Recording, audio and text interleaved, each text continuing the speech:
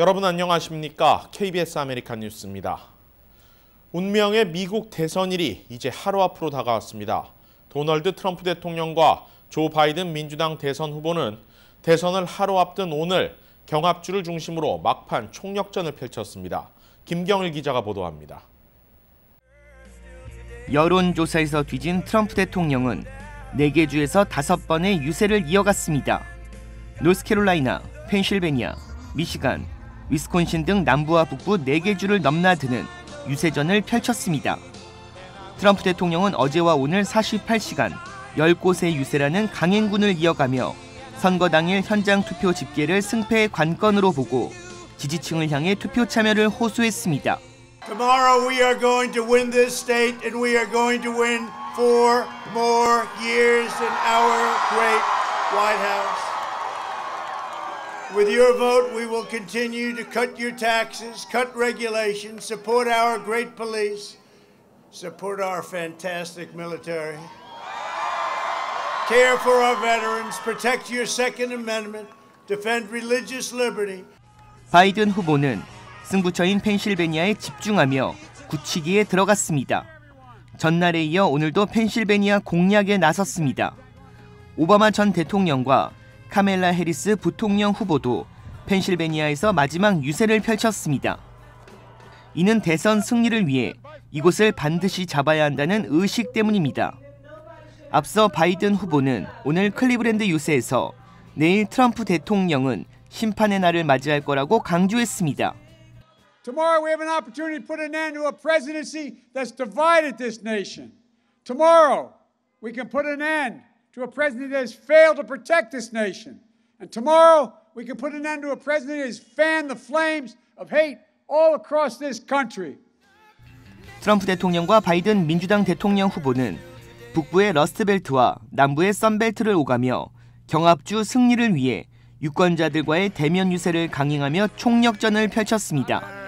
KBS 뉴스 김경일입니다. 이번 대선에서 연방 하원을 비롯한 각 지역 정부에 출마한 한인 후보들도 많습니다. 내일 선거가 한인 정치력 신장을 위한 기틀이 될 것이라는 기대감도 있는데요. 선거에 출마하는 한인 후보들을 이유수 기자가 되짚어봤습니다. 이번 대선에서는 모두 5명의 한인들이 연방 하원에 도전합니다. 지난 1993년 이후 25년 만에 연방 하원에 입성한 앤디 김 의원은 재선에 도전하며 오렌지 카운티 슈퍼바이저 위원장 미셸 박스틸 후보는 48지구에 도전해 현직 할리 루다 의원과 힘을 겨룹니다. 지난 2018년 39지구에 출마했던 영김 후보는 현직 길 시스네로스 의원을 상대로 지역구 탈환을 노리고 34지구에서는 데이비 김 후보가 민주당 소속으로 출마해 연방하원 입성을 계획하고 있습니다. 한국전에 참전했던 흑인 아버지와 한국인 어머니 사이에서 태어난 메릴린 스트링랜드 후보도 주목받는 한인 후보 중 하나입니다. 워싱턴주 타코마 시장을 역임한 메릴린 스트링랜드 후보는 캘리포니아주 미셸 박스틸, 영김 후보와 함께 한인 여성 최초로 연방하원 입성을 노리고 있습니다. 메릴린 스트링랜드 후보가 출마하는 워싱턴주 10지구는 민주당 성향이 뚜렷한 지역 중 하나로 당선이 유력한 한인 후보로 거론되고 있습니다. 캘리포니아주에서 주요 보직에 출마하는 한인 후보들도 많습니다. 주의회 선거에는 68지구 하원 최석호 의원이 3선에 도전하며 37지구 상원에는 데이브 민 후보가 현역인 존 무얼의 공화당 의원을 상대로 출마합니다.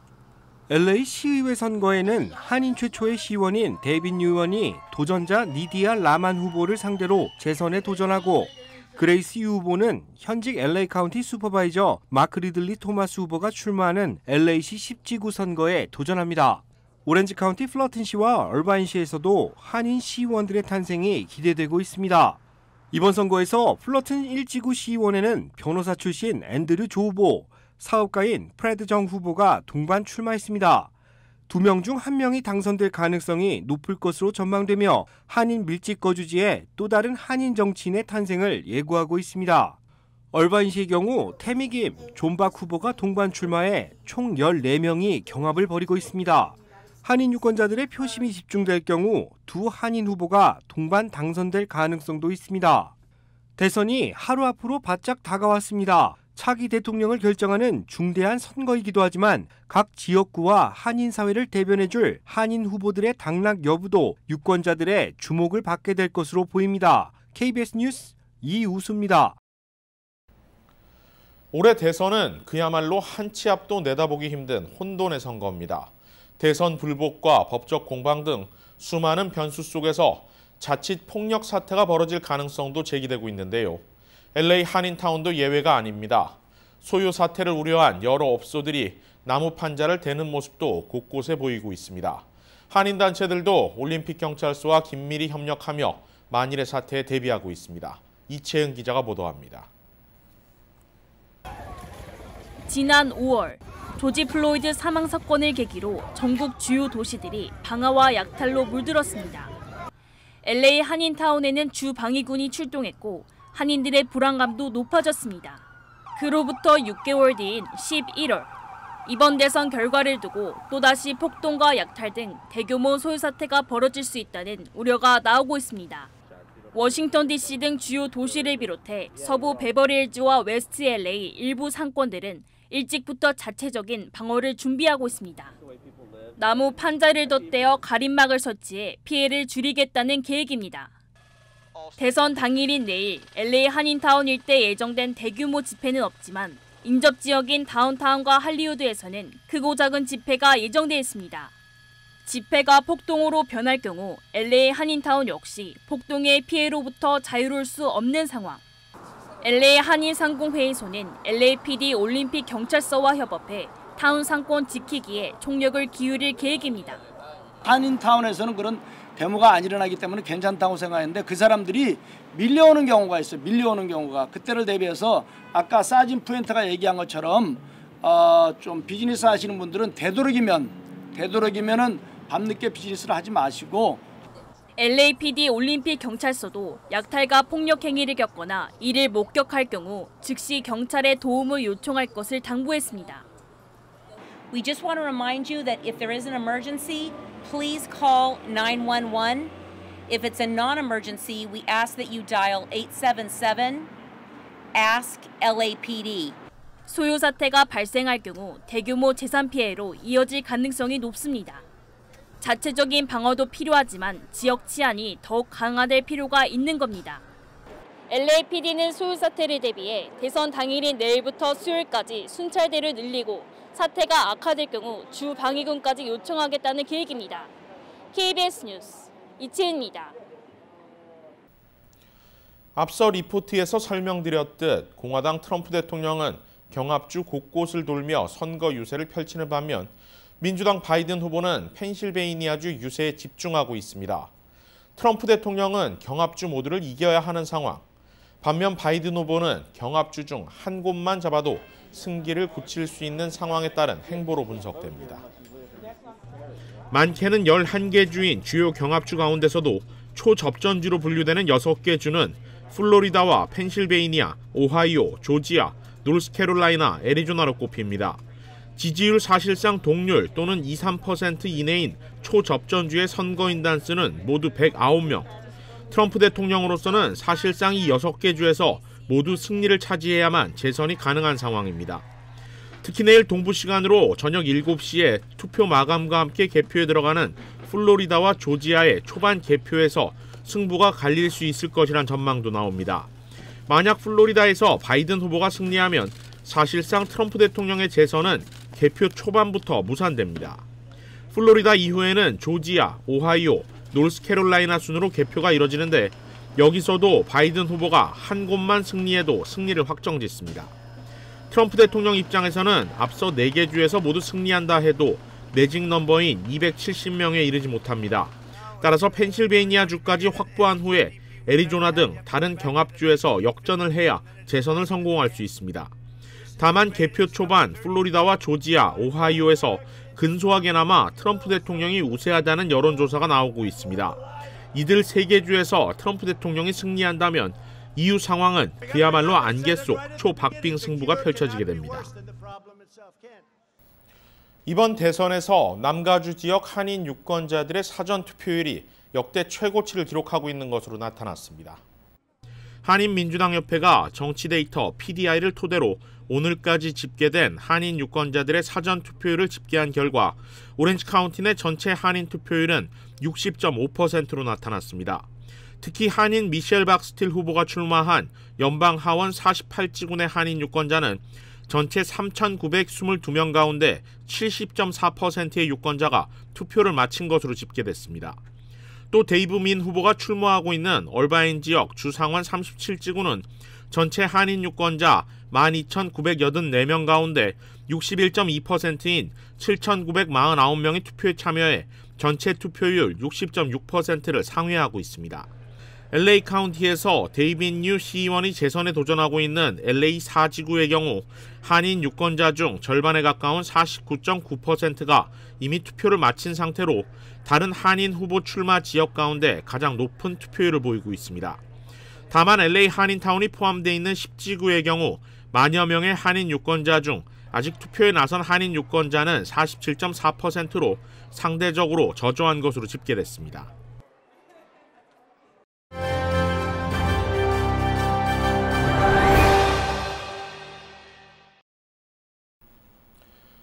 (9,650만 4,163표).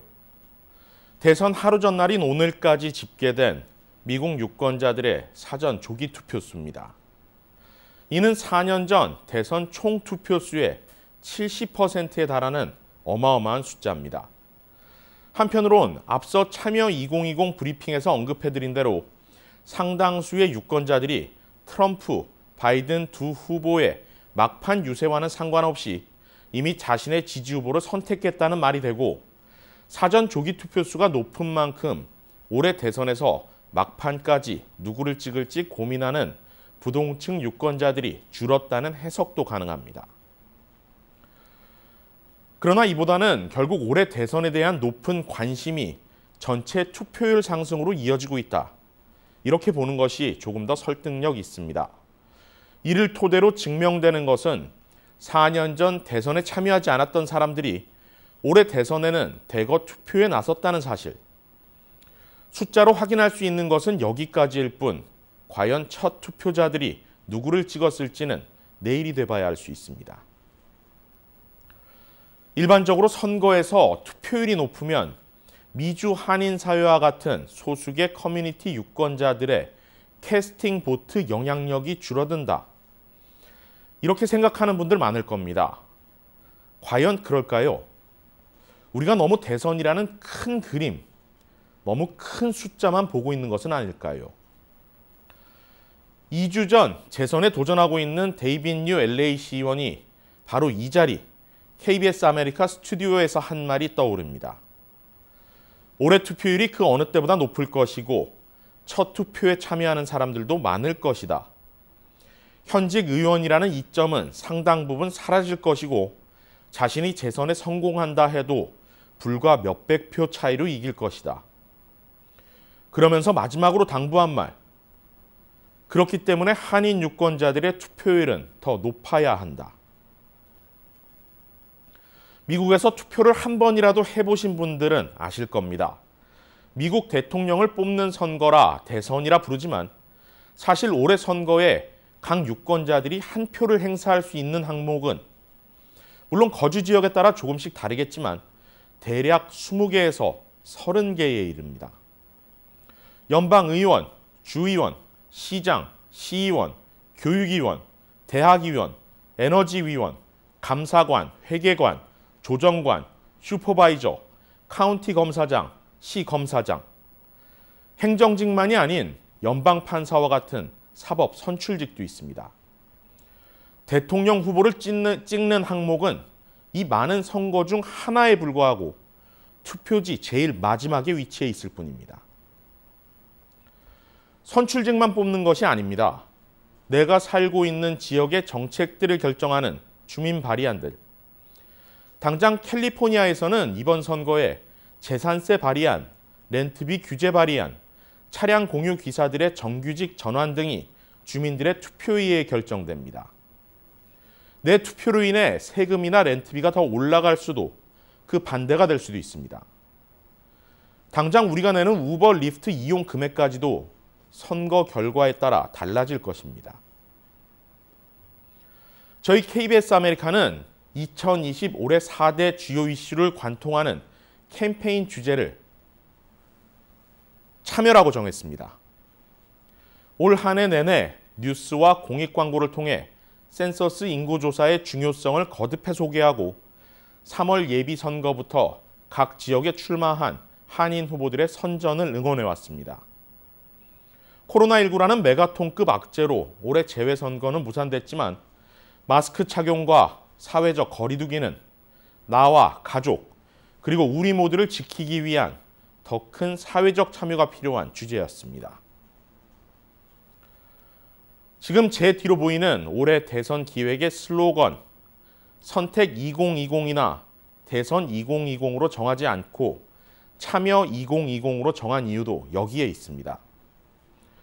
10월 한 달 동안 기자들이 현장에 나가 한인 후보를 동행 취재하고 선거 기획 브리핑을 준비하며 전국 지역별 자료를 취합하고 판세를 분석해온 이유는 오직 딱 하나. 우리가 살고 있는 미국, 우리가 처한 지금 이 현실에 모두가 조금 더 관심을 갖고 참여해 주길 바라는 간절한 마음이었습니다. 하지만 정작 잊지 말아야 할 것은 참여는 올해가 끝이 아닌 내년에도 이어진다는 것입니다. 당장 내년부터 센서스 인구조사를 토대로 각 주별 선거인단 수가 재조정되고 각 주의회들은 주요 선출직 선거구획을 다시 그리게 됩니다.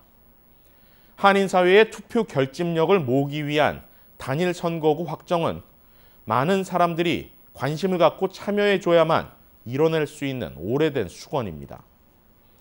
코로나19 방역과 어려워진 경제를 되살리는 일도 우리 모두의 참여 없이는 어려운 일입니다. 참여 2020 캠페인을 시작하면서 꺼내든 메시지, 미국의 주인은 바로 여러분이라는 사실입니다. 소수계가 아닌 117년 이민 역사 속에서 당당히 미국의 일원으로 살아가고 있는 한인 사회는 분명 미국의 주인이 될 자격이 있습니다.